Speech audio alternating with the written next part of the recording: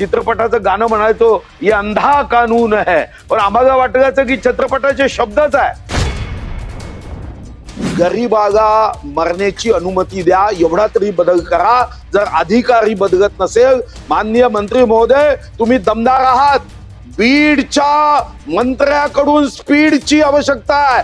Beed to speed. पंकजाताई, तुमच्या नावाने आपल्या पक्षाचं चिन्ह आहे. ज्या पक्षाचं चिन्ह तुमच्या नावाने आहे,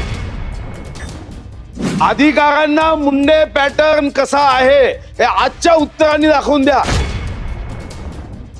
माननीय मंत्री महोदय, मी सर्व कागद तुम्हाला आत्ताच्या आत्ता देतो. माझी आपल्याला मागणी आहे आणि माननीय अध्यक्ष महाराज नाही आहे.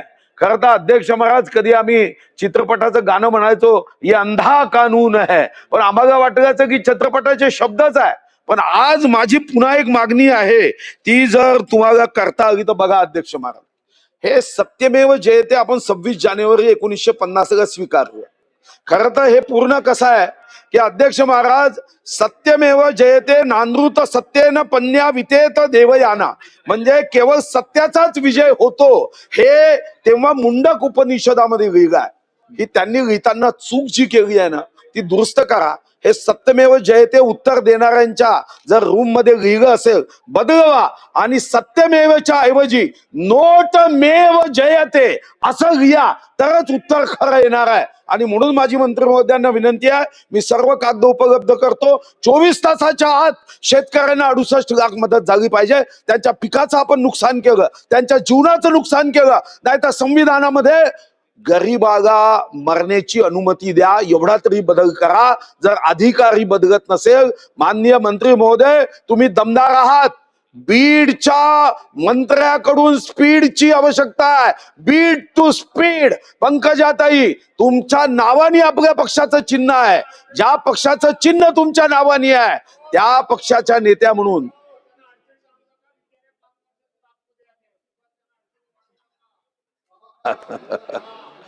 असं आहे, मुंडेचं रक्त कधीच अडचणीत येत नाही. हे गोपीनाथ मुंडे साहेबांचं रक्त आहे, ज्यांच्यामुळे आज आम्ही एवढ्या मोठ्या शक्तीने उभे आहोत. त्यामुळे ते रक्त अडचणीत येत नाही. पण अधिकाऱ्यांना मुंडे पॅटर्न कसा आहे हे आजच्या उत्तरांनी दाखवून द्या. आणि आपण चिरंजीव नाही, आपण हिंदू धर्मात जे चिरंजीव आहे त्याच्यापैकी आपण नाही. या उत्तर द्या. या उत्तरामध्ये जे जे पापी आहे त्यांचा नाश करा आणि पुन्हा एकदा शक्ती काय असते स्त्रीची हे दाखवून द्या. धन्यवाद. मंत्री महोदय. अध्यक्ष महोदय, सन्माननीय ज्येष्ठ सदस्य, अनुभवी, सर्वात अनुभवी या सभागृहातले, त्यांनी इतकं सुंदर मांडणी केली की मी थोड्या क्षणासाठी प्रश्न आणि माझा जबाबदारी एक क्षण विसरल्यासारखं झालं मला. आणि मी पण पेटून उठले आणि ते मुंडेचं रक्त जे त्यांनी आव्हान केलं ते थोडस आत उकळायला लागलं की काय, असं मला वाटलं. स्वतः सुधीर भाऊंनी सांगितलं, मी शब्द सभागृहाच्या या पवित्र दालनात दिल्याप्रमाणे मी स्वतः सगळ्यात जास्त तापमान असणारा, योगायोगाने दिवस पण असा झाला की आम्ही चंद्रपूरचा दौरा दिला आणि त्या दिवशी सगळ्यात जास्त तापमान तिथे होतं. तरी 2 दिवस तिथे मी थांबून चंद्रपूरच्या, वर्धा जिल्ह्यातही मी गेले होते, पूर्ण दौरा केला. प्रत्येक कोल वॉशरीला, प्रत्येक तिथल्या सिमेंट फॅक्टरीला, तिथल्या उद्योगांना मी स्वतः भेट दिली. आणि सन्माननीय सुधीर भाऊ आणि संबंधित तिथे सगळे लोकप्रतिनिधी देखील उपस्थित होते. पूर्ण त्याची बैठक देखील घेण्यात आली. आता यामध्ये सुधीर भाऊंनी 2-3 विषय मांडलेले आहेत. एक म्हणजे त्यांनी आरोग्याचा विषय मांडलेला आहे. आता जेव्हा आम्हाला प्रश्न विचारला जातो एका खात्याला, तेव्हा आरोग्यामध्ये एवढ्या अशा काही मृत्यू आढळलेत का, आजार आढळलेत का, तर आम्ही आरोग्य विभागाकडून त्यांचा दाखला घेत असतो. त्याप्रमाणे ते उत्तर आलेलं आहे. पण तिथल्या लोकांची परिस्थिती मी स्वतः पाहिली आहे. मी तिथे जे गाव, एक गाव होतं, त्या लोक जे मला बाहेर निवेदन देत होते त्यांचे डोळे पांढरे नव्हते, पिवळे डोळे झालेले होते. इतकं प्रदूषण त्या भागात आहे. तिथल्या शेतांमध्ये आम्ही गेलो, शेतांवर कोळशाचा थर होता. आम्ही त्या फॅक्टरीमध्ये गेलो, तिथे त्यांनी स्प्रिंकलर लावले होते. सन्माननीय सुधीर भाऊ आणि बाकीच्यांचं म्हणणं होतं तुम्ही येणार आहेत म्हणून त्यांनी ते लावलेत.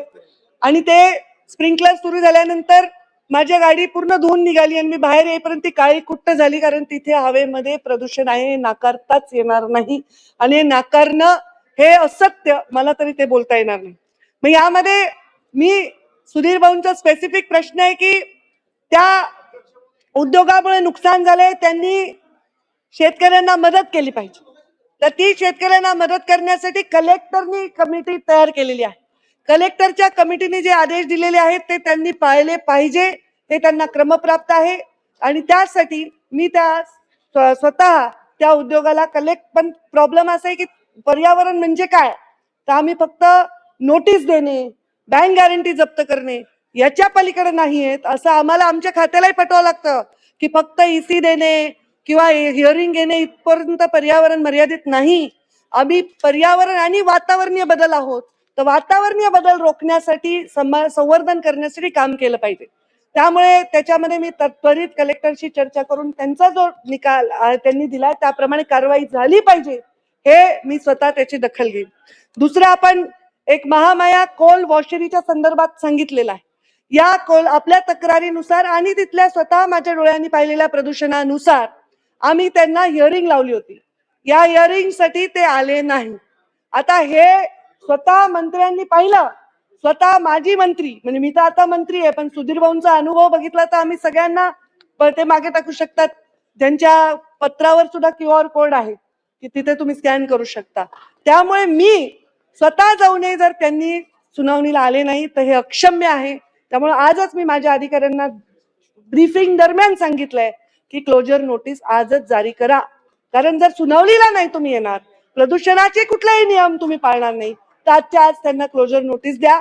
आणि ह्या सगळ्या गोष्टी त्या लोकांच्या स्वास्थ्यासाठी, तिथल्या लोकांच्या जीवन म्हणजे माणसाचं जीवन जनावरांपेक्षा वाईट करायचं नाही, हे आपलं कर्तव्य. उद्योगांनी रोजगार आला पाहिजे, पण तो रोजगार घेणारा माणूस मेला नाही पाहिजे, याची दखल आपल्याला घ्यायची. पण आता हे जे भाग आहे चंद्रपूर, तुमच्या दुर्दैव पण आहे का सुदैव म्हणता येणार नाही. तुम्हाला एवढा भूगर्भामध्ये संपत्ती आहे, काळा सोनं ज्याला आपण म्हणतो ते कोळसा तुमच्याकडे आहे. त्यामुळे तुमच्याकडे खाणी आहेत, तुमच्याकडे वॉशरी आहे, तुमच्याकडे सिमेंटचे उद्योग आहेत. तर दुर्दैवानी तो एरियाच तसा हा रेड झोन आहे, कारण तिथे उद्योगच रेड झोन मधले आहेत. ते भौगोलिक परिस्थिती आहे. मग त्यामध्ये मोठे उपाय करण्याची गरज आहे. सुधीर भाऊंनी सुचवल्यापुढे, सन्माननीय सदस्य सुधीर भाऊंनी सुचवल्याप्रमाणे आम्ही चर्चा केलेली आहे. मी एक long term goals, mid term goals आणि शॉर्ट टर्म गोल्स असा एक पूर्ण तयार केलेला आराखडा आहे की शॉर्ट टर्म मध्ये आपण काय करायला पाहिजे, लॉंग टर्म मध्ये काय करायला पाहिजे, आणि एक तिथे मध्य काळामध्ये आपल्याला काय अपेक्षित आहे, हे जर केलं आणि चंद्रपूरला त्याचा पायलट बनवलं तर पूर्ण राज्यामध्ये या पद्धतीने आपल्याला उद्योग जिथे जास्त आहेत तिथे काम करता येईल. मंगळवारी येत्या मी ते long term goal, short term goal हे सगळे तयार झालेले आहेत. फक्त आता सुधीर भाऊ त्याची पूर्ण म्हणजे परीक्षक आणि निरीक्षक असल्यामुळे परत एकदा त्याची व्यवस्थित चाचणी आम्ही करू. आणि मंगळवारी ते मी टेबल करीन, सभागृहालाही सांगेन की हे चंद्रपूर जिल्हा पायलट घेऊन लॉंग टर्म, मिड टर्म आणि शॉर्ट टर्म गोल आम्ही तयार करून उद्योगांच्या वर कंट्रोल आणून त्यांनी प्रदूषणाच्या बाबतीत करण्याच्या कारवायांच्या बद्दल कडक आम्ही पावलं उचलत आहोत. पण आता हे उद्योग आहेत ना, सन्माननीय सदस्यांनाही माहिती आहे, माझं वय 6 वर्षाचं होतं तेव्हा ते उद्योग झाले. म्हणजे 86 साली ह्या खाणी आणि हे थर्मल पॉवर स्टेशन झालेले. आता 2026 मध्ये आहोत. किती वर्ष झाले? कोणाचं गणित चांगलं आहे सांगा. म्हणजे 2026 मध्ये आहोत. अजूनही आपण ते गोष्टीवर लढा देतोय. म्हणजे काय होतंय की आपण त्याला सिरियसली घेत नाही किंवा तेवढ्यापुरतं ते काहीतरी नोटीस देऊन वगैरे मॅनेज होते. तर त्यांना पण, उद्योगांना पण मी ह्याच्यामध्ये घेणार आहे. हे long term, short term, mid term goal मध्ये उद्योगांना पण घेणार आहे. आणि त्यांना सांगणार आहे, जेवढा पैसा तुम्ही या सुनावण्यांसाठी किंवा या गोष्टींचे करेक्शन करण्यासाठी खर्च करतात तेवढा त्या उद्योगात लावा ना, लोकांना श्वास घेता येईल. म्हणजे तुम्ही एखादा उद्योग अडचणीत आल्यानंतर जेवढ्या लाच आणि वेगवेगळ्या पद्धतीने हाताळून ते कागदावर लिहून घेण्याचा प्रयत्न होतो, त्यापेक्षा तो खर्च जर आपण त्या फॅक्टरीच्या प्रेमायसेस मध्ये केला तर तिथला माणूस चांगला श्वास घेऊ शकेल. त्यामुळे उद्योगांना विश्वासात घेणार आहे, कारण उद्योग संपवण्यासाठी आपण नाही. उद्योग आणि लोकांना रोजगार आहे, तिथून येणाऱ्या कोळशावर अनेक उद्योग चालतायत, वीज उत्पन्न होते, वीज लोकांना मिळते, त्यामुळे त्यांना सुद्धा घेणार आहे. स्वतः सुधीर भाऊ आपण सुद्धा त्यामध्ये आपल्याही सूचना आम्ही घेणार आहोत. आणि दुसरा महत्वाचा मुद्दा म्हणजे बँक गॅरंटी. 5-5 हजार कोटीचे उद्योग असणाऱ्या लोकांचे 5 लाख जप्त झाल्याने त्यांना काहीही फरक पडत नाही. पण असं नाहीये, त्यांची बँक गॅरंटी जप्त झाल्यानंतर त्यांना त्यांच्या लोनसाठी, त्यांच्या फायनान्शियल जे काही त्यांच्या उलाढाली आहेत त्यांच्यासाठी अडचण निर्माण होते, ते ब्लॅकलिस्ट होऊ शकतात, कारण ते पण काही त्यांच्यासाठी योग्य नाही.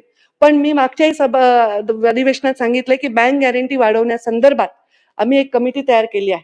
त्या कमिटीमध्ये आम्ही 2 लोकप्रतिनिधी देखील घेणार आहोत, म्हणजे त्यांच्या सूचना ज्या अतिप्रदूषित भागातले नॅचरली त्याच्यात तुम्ही येणारच आहात, तर त्याच्यामुळे आम्ही कमिटी तयार करू. त्याच्यामध्ये आम्ही IIT पवईचे काही शास्त्रज्ञ लोक घेऊ, त्याच्यामध्ये आम्ही काही उद्योजक घेऊ ज्यांनी अत्यंत उत्तम प्लांट बनवलेले आहेत, झिरो डिस्चार्ज असणारे, झिरो पोल्युशन असणारे, त्यांचे सजेशन्स घेऊ आणि त्या आराखड्याला सुद्धा चंद्रपूरमध्ये परावर्तित करण्यासाठी, प्रतिबिंबित करण्यासाठी आम्ही काम करू असं मी सांगेन. पण 86 पासून जे चालत आलेलं आहे ते 2026 मध्ये माझ्या एका व्हिजिटनी बदलेल अशी अपेक्षा नाही, पण मला इतरांनी एवढं व्हिजिट लागणार नाही. मी पुढच्या व्हिजिट पर्यंत 20-30% ते कमी होईल आणि दर व्हिजिटमध्ये ते कमी होत जाईल याचा आपण प्रयत्न करतोय. त्याच्यामध्ये तुमच्या सहकार्याची आम्हाला आवश्यकता आहे.